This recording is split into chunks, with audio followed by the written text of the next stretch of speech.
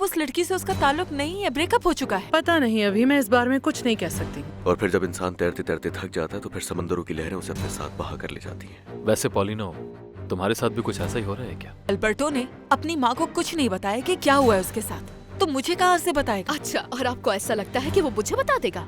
पता करो कि उस अंधी लड़की से अल्बर्टो की जान छूटी है कि नहीं। कोई हमें अलग करने की कोशिश कर रहा है। किसी ने तुम्हारे जहन में ये बात डाली कि हम दोनों को अलग हो जाना चाहिए। ये कुछ ज्यादा जल्दी नहीं हो जाएगा? जितनी जल्दी हो सके उसकी जिंदगी में वापस लौट जाओ वेनेसा, इससे पहले कि हमारे रहने का कोई ठिकाना ही ना रहे। तुम्हें अपनी खुशी के बारे में सोचना चाहिए। पॉलिनो के पास मुझे देने के लिए कुछ भी नहीं है। तुम चारों बहुत खुश रह सकते थे अगर सब कुछ मुख्तलिफ होता। अब फाइनली लीनो मान गया है उससे मिलने के लिए, तो हो सकता है कि दोनों की शादी हो जाए। अब तुम देखना कि वेनेसा और अल्बर्टो फिर से एक साथ हो जाएंगे जैसे वो अलग हुए ही नहीं थे कभी। मरीनो और अल्बर्टो को बहुत तकलीफ हुई होगी इस ब्रेकअप से। कैसे